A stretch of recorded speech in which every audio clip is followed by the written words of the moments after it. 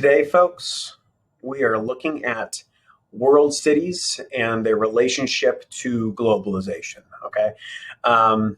We live in a suburb. Most of us live in a suburb of a relatively large city, San Diego, right? 1.3 million people in the city of San Diego, 3.3 in the county, right? Eighth most populous, seventh most populous city in the United States. We kind of flip-flop with San Antonio every once in a while. But on the global scale, San Diego is not a world city. We're not really even the region's most dominant city. Because when someone outside of San Diego or outside of California thinks of California, they think of Los Angeles, right? That would be the regional dominant node for economic activity, for culture, transportation, etc., right? San Diego, man, it's kind of like everyone's second cousin.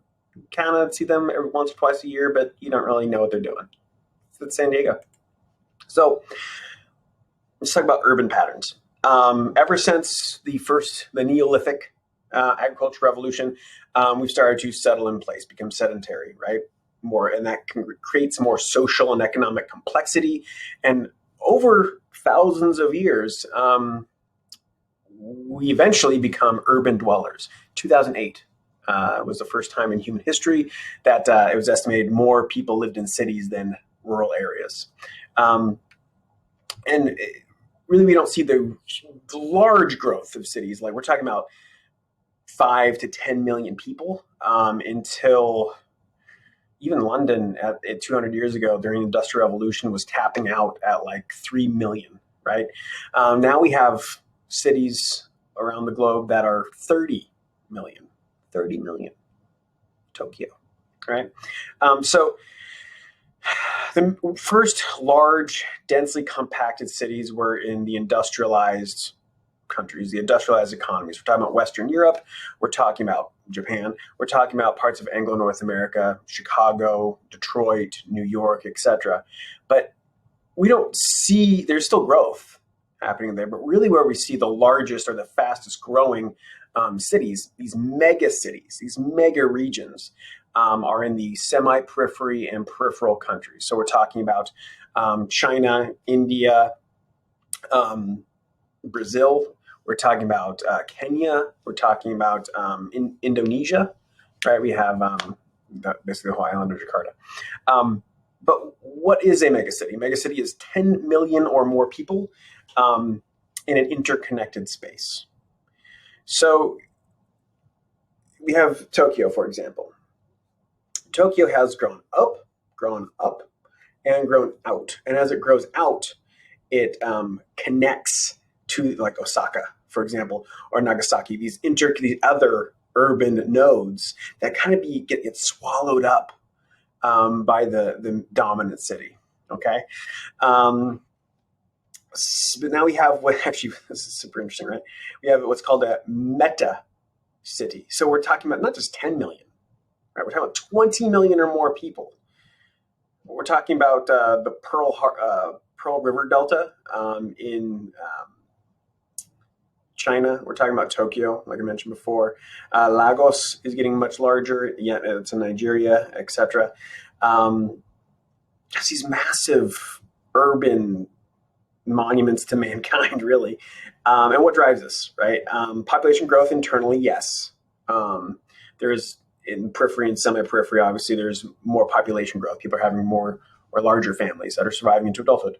But really, the major driver in places like Sao Paulo, Brasilia, Nairobi, is that inter-regional migration that happens in stage 2, right? Where you have people leaving the rural countryside and moving to cities. They're magnets, right? They're magnets for opportunity, and people are moving in droves, right? And that can be a beautiful thing economically and culturally, but it also has its challenges, right? Rural dwellers and urban dwellers are fundamentally different in how they've been raised, usually. Their perception of economy, community, etc.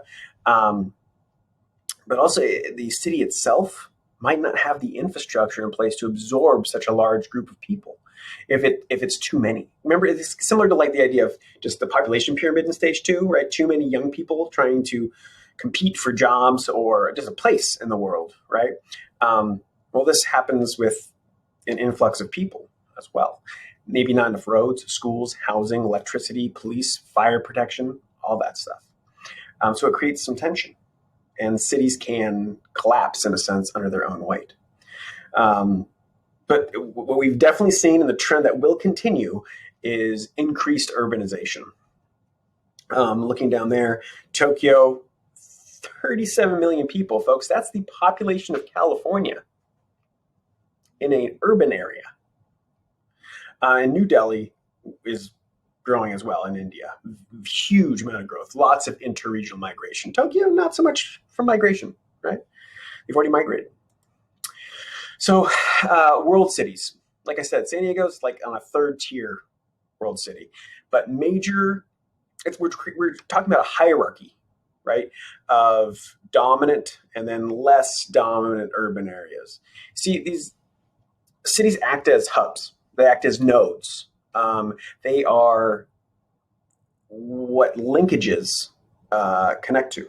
And the link, it could be like a trade network, could be a communication network, whatever it is. It's that information and people and goods flow to and from cities.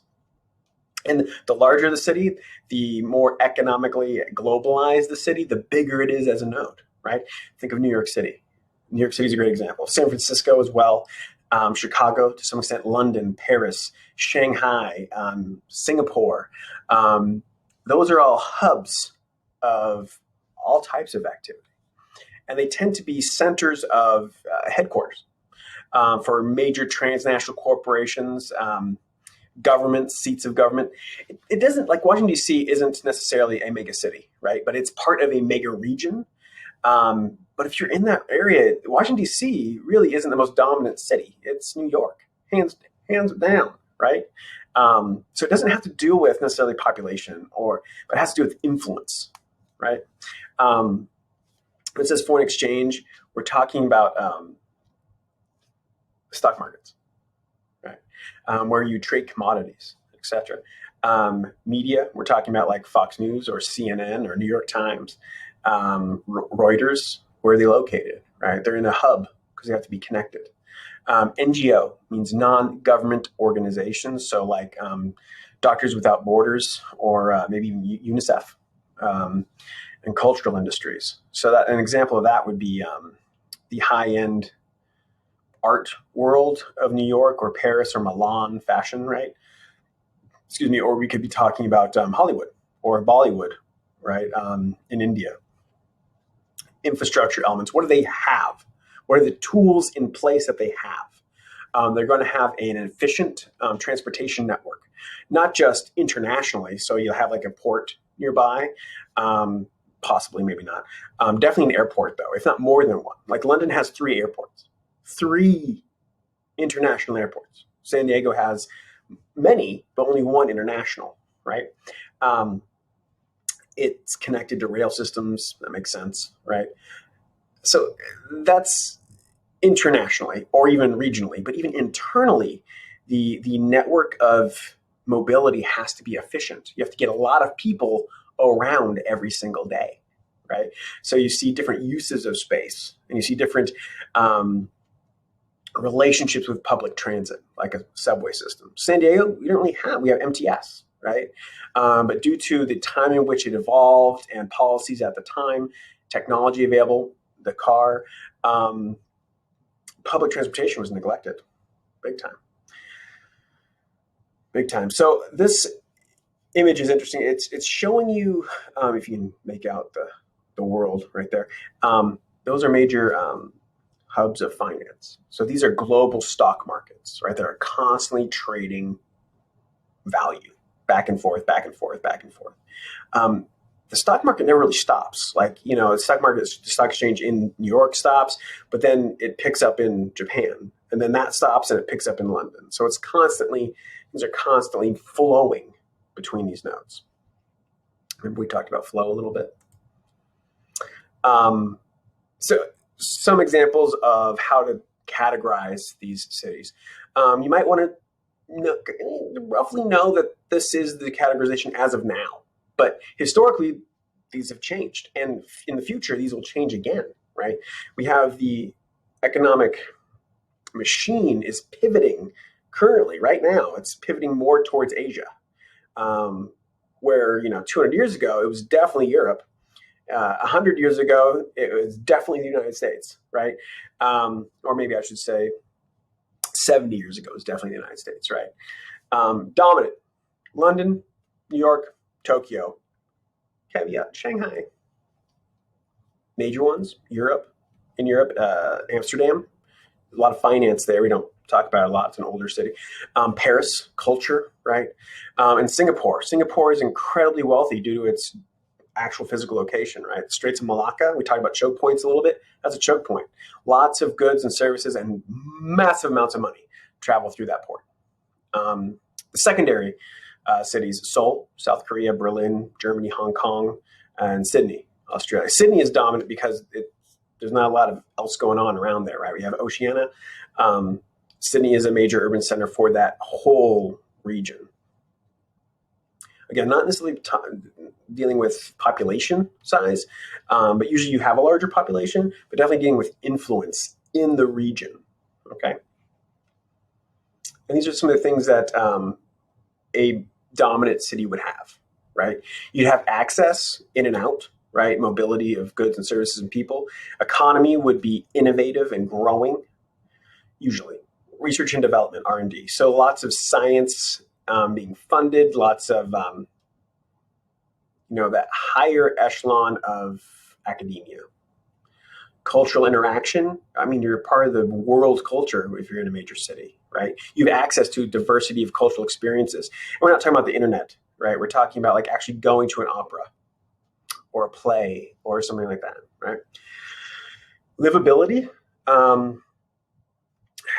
That's actually a huge challenge right now for urbanites. Increasing the quality of life, enough room, enough space to raise a family, and have access to a job that provides for that, and trying to stay away from crime, pollution, and the things that come with people coming all together. Environmentally sustainable. That's going to be the big question. Are cities going to pivot to more sustainable design practices? Because if we keep spreading out, it's not very sustainable. Suburbs require cars, they more power to pump things to you, and vice versa. So what we're seeing is new design systems of mixed or new urbanism, where you have commercial first floors and then you're stacking residents on top. Even in suburbs, that's starting to happen. Increasing density. So cities are drivers. I mentioned this earlier, but they're beautiful in this, right? Is this giant, the synergy. So this interrelated system that creates agglomeration. So the moving closer and closer together creates more productivity, creates more innovation, right? If you increase economic mobility, you increase economic activity, and therefore more and more value is generated. You do see in cities that uniformity of landscape, that globalized feel where every city looks the same. The older the city, the more unique and distinct the character is going to be, right? But new urban developments tend to look the same, right? Yeah, I mean, I talked about how they diffuse ideas and technology, and the cultural landscape. Obviously, if you look at some of these images, based on what we know, you can kind of determine where some of these regions are. Maybe, obviously, this is Paris, right? Eiffel Tower. This is Shanghai. I don't know if you know this one. This is Shanghai. Mass amounts of growth. This little thing tips me off. Gangnam, you remember Gangnam Style? That was like 10 years ago, so maybe not. This is a very wealthy area in Seoul, Korea. Bollywood. It's not really necessarily one place, but it's just this commercial, it's Hollywood of India. All right. Does anybody know this one? So this is Cupertino. This is the Apple headquarters right here. Okay. Symbolic in its design. Okay. Folks, you're going to be breaking out and looking at shapes of cities. All right. Air high five, fake headbutt. Keep it real.